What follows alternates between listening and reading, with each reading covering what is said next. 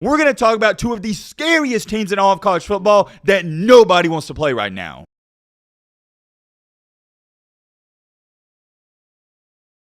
In this life, I think it's extremely important to give credit when it's due. You can criticize a player all day long. You can criticize a team for years and years and years. However, whenever they do something good, the least you can do is pay them their respects. It's the least you can do in my humble opinion. In today's video, we're going to talk about two of the scariest teams in all of college football that nobody wants to play right now. What's so ironic and funny about this is only 2 years ago, yes, that's right, you heard me correctly, 2 years ago, both of these teams were two of the biggest laughingstocks in the country. Fast forward in time to our current date, there are two teams that are really good. It all happened so fast, and neither of these fan bases expected it. I mean, heck, let's be serious here. Nobody would have expected this. Both of these programs were left out to rot and dry like a banana peel on a hot day in the Southeast. But yet, somehow, someway, they didn't just rot and die. They're thriving in their environment. We're going to talk all about both of these teams. I'm going to explain to you why you don't want to play them. We're not doing no intro, none of that. It's simple. If you like college football, consider hitting that subscribe button. I would really appreciate it. All right, blah, blah, blah, blah. Matt, shut the crap up. Now, without further ado, let's get into it. Man, oh man, I hope you're having a blessed day or a good day whenever you're watching this video. I hope you're chasing your dreams, striving for greatness,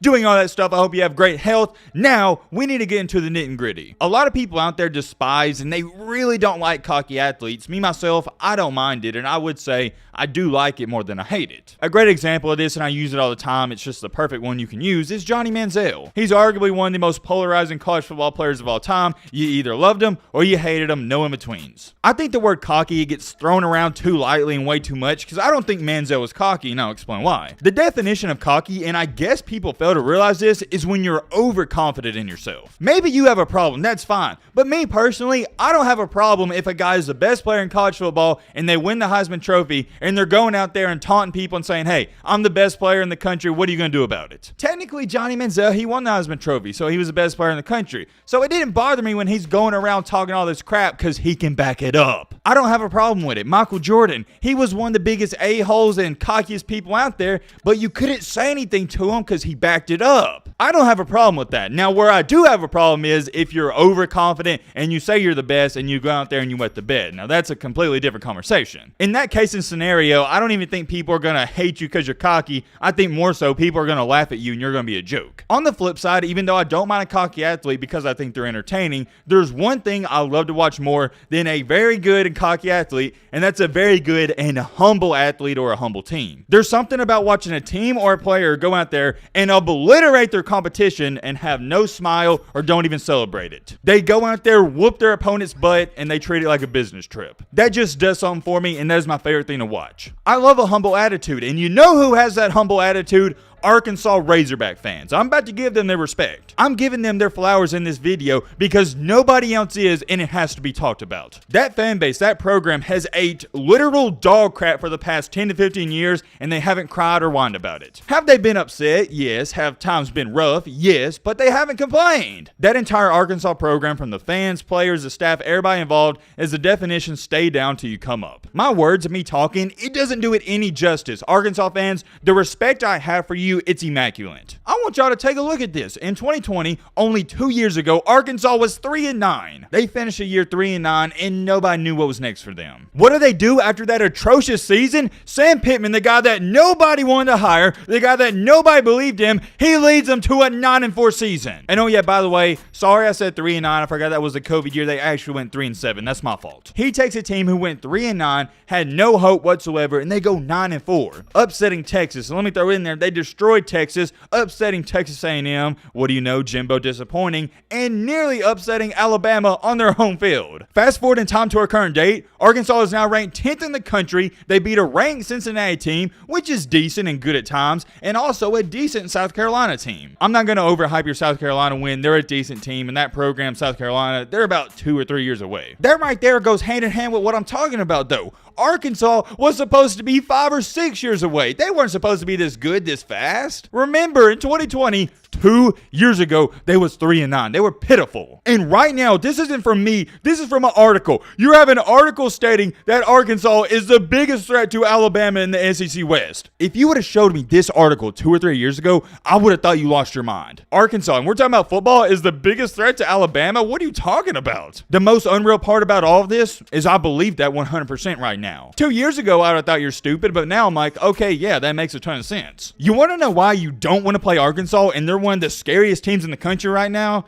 Well, there's a lot of reasons for that. Number one, their quarterback, KJ Jefferson, I've said this 1,000 times, I'm going to say it again, reminds me a ton of Cam Newton. And he might just be a better passer than Cam Newton. I don't think he's a better runner than Cam Newton, but I think he may be a better passer. He can run whenever he needs to, but he's proven he's a good passer. And oh yeah, they also got a running back whose nickname is Rocket Sanders. When your running back's nickname is Rocket, you know he's going to be good. Here's a little fun fact for you. In their recent game against South Carolina, an SEC game, they had 295 rushing yards. I'd say that's pretty solid. I don't know about you. To go along with that, their quarterback only had 3 incompletions. For some of you that are going to try to say, oh, well, you're cherry picking stats. Okay, well, in the game before that against Cincinnati, they had 225 rushing yards. This is a team that's going to run the ball. Now, if you stop them, that's up to you, but they're going to run it. Here's what concerns me for their opponents. If you can't stop them, they're not going to pass. They'll run it all throughout the game. They don't care. But if you do stop the run, their quarterback is KJ Jefferson. What does that mean? Oh, that means you're going to have to try to stop him somehow. I wouldn't say he was phenomenal or great last year, but he was really good. He was borderline great, right below it. In this year in 2 games, I told you stats from the last one, and against Cincinnati, 18 for 26, 220 yards, 3 touchdowns, QBR of 84. Right now for Arkansas, it's pick your poison. What takes them to another level is, yes, they're a run-heavy team, and they're going to rely on that offensive line,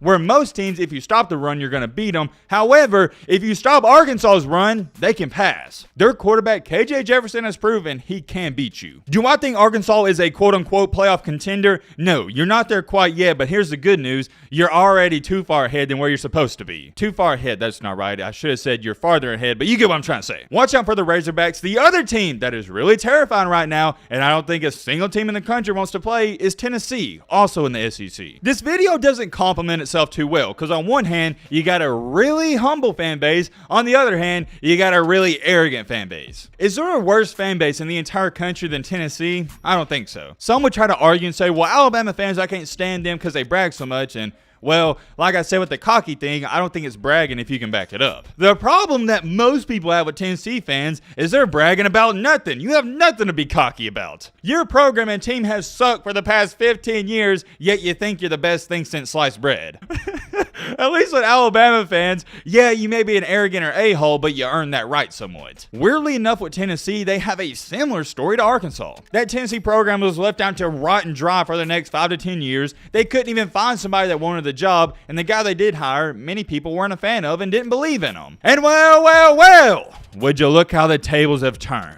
Not only has Tennessee been surviving, but they've been thriving. I know that rhymed. I didn't plan it. It sounded corny, but let's just get a move on. Whoa. Hold on. What is this? In 2020?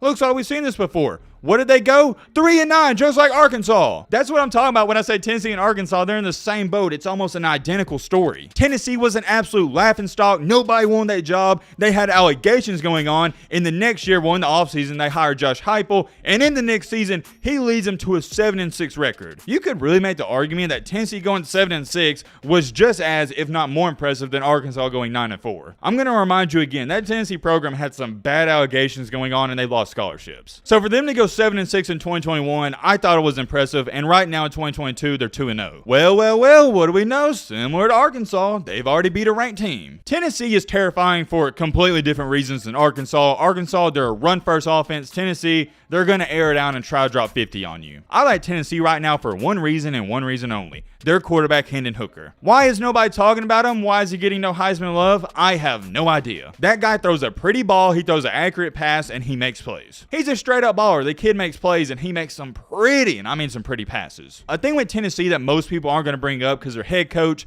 he's offensive-minded, their quarterback's really good, is their defense has improved astronomically from last year. The defense looks really solid. Like I said, Tennessee is an offensive team. So So if you hold your opponents to under 30 points, you're expected to win most of your games. The thing with Tennessee that is bad for all of their opponents is if Hendon Hooker is on, and most times he is on, I don't know how you stop him. I would say right now at this given moment, Arkansas is a more sound and overall better football team as a collected unit, but Tennessee, they're lightning in a bottle. The only concern with Tennessee, and I don't even think it's a big concern, is you're only going to go as far as Hendon Hooker can take you. So many people would say, well, oh Matt, what if he has a bad game? Well, that's a big if, because I haven't seen him play bad really a lot in the past 2 years. I would compare it to Bryce Young in Alabama. If you're banking on Bryce Young playing a bad football game, I just don't know what you're waiting on. It might happen, but Bryce Young has never played a bad football game at Alabama. Think about it. Alabama as a team has played bad, but Bryce Young himself, he's been special every game. I could rave and go on and on for hours about Tennessee and Arkansas.